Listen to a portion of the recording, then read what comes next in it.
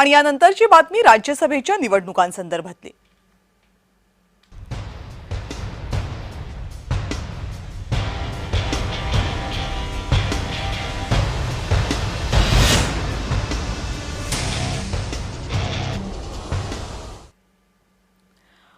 राज्यसभेच्या निवडणुका घोषित झाल्यात। महाराष्ट्रात 7 जागांवर निवडणुका होणार आहेत। या पार्श्वभूमीवर राज्यसभेची उमेदवारी संघर्षाला कारण ठरते।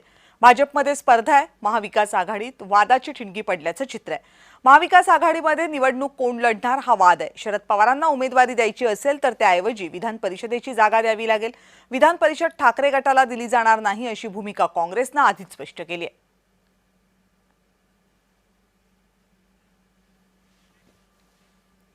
राज्यसभेच्या जागेसंदर्भात महाविकास आघाडी बसून चर्चा करेल असं संजय राऊतांनी म्हटलंय। जागा लढण्याचं ठरलं तर एकत्र बसून ठरवू। शरद पवार भाजपसोबत जाणार नाही तसा विश्वास ठाकरे गटाचे खासदार संजय राऊत यांनी व्यक्त केलाय। दरम्यान राज्यसभेसह विधान परिषदेच्या जागेवर सुद्धा ठाकरे गटाने दावा केलाय। राज्यसभा आणि विधान परिषद हवी असं आदित्य ठाकरे यांनी म्हटलंय। एक लक्षात घ्या, महाविकास आघाडी म्हणून जर ही जागा आम्ही लढणार असं ठरलं तर महाविकास आघाडीचे तिन्ही पक्ष एकत्र बसतील। याच्यामध्ये फक्त राज्यसभेचा विषय नाही, विधान परिषदेच्या निवडणुका सुद्धा याच्यामध्ये आहेत। त्याच्यामुळे विधान परिषदा कोणी घ्यायच्या, मग राज्यसभेच्या एका जागेवर कोणी जायचं, त्या बदल्यात इतर पक्ष काय घेऊ शकतात, याच्यावर चर्चा होईल। अजून ह्या सगळ्या काही ज्या चर्चा आहेत ह्या बाहेर अफवा आहेत, कुठेही अधिकृत चर्चा झालेली नाहीये। विधान परिषदेत असो किंवा राज्यसभेत असो, संख्याबळावर जर आपण पाहिलं आणि रोटेशन मध्ये पाहिलं तर हा शिवसेनेची वेळ आहे, शिवसेनेची जागा आहे। दरम्यान राज्यसभा आणि विधान परिषदांच्या जागांसंदर्भात महाविकास आघाडीत सुरू असलेल्या रस्सीखेचीवरून भाजपने खिल्ली उडवली आहे। कुर्बानी देगा कौन असा सवाल भाजपने उपस्थित केलाय।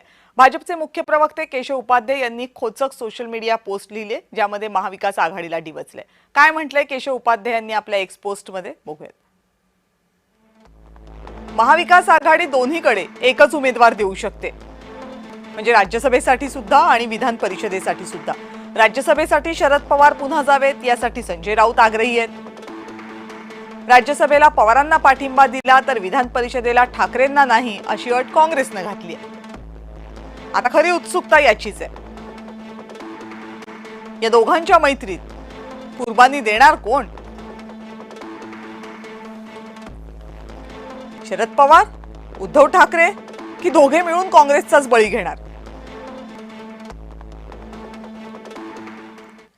आणि राष्ट्रवादी काँग्रेस राज्यसभेच्या एका जागेवर समाधानी असली तरी शिवसेनेला मात्र 2 जागांची अपेक्षा आहे। भाजपला 6 जागा लढायची इच्छा आहे। भारतीय जनता पार्टीमध्ये इच्छुकांची भाऊगर्दी आहे।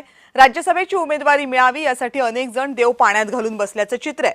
राज्यसभेवर भाजपकडून जाणं महाराष्ट्रातल्या अनेक नेत्यांना सहज शक्य आहे। 6 जागा भाजप निवडून देऊ शकतं। मागच्या काही वर्षात भाजपमध्ये बाहेरून आलेल्यांना राज्यसभा किंवा विधान परिषदेवर पाठवलं जातं।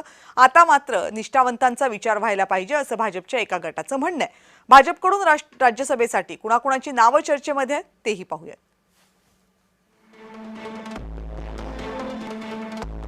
विनोद तावडे भाजपचे राष्ट्रीय सरचिटणीस, विजया रहाटकर भाजपच्या महिला मोर्चा अध्यक्ष, माजी मंत्री आणि वंजारी नेतृत्व मानलं जातं ज्यांना, ते भागवत कराड यांचा विचार होऊ शकतो।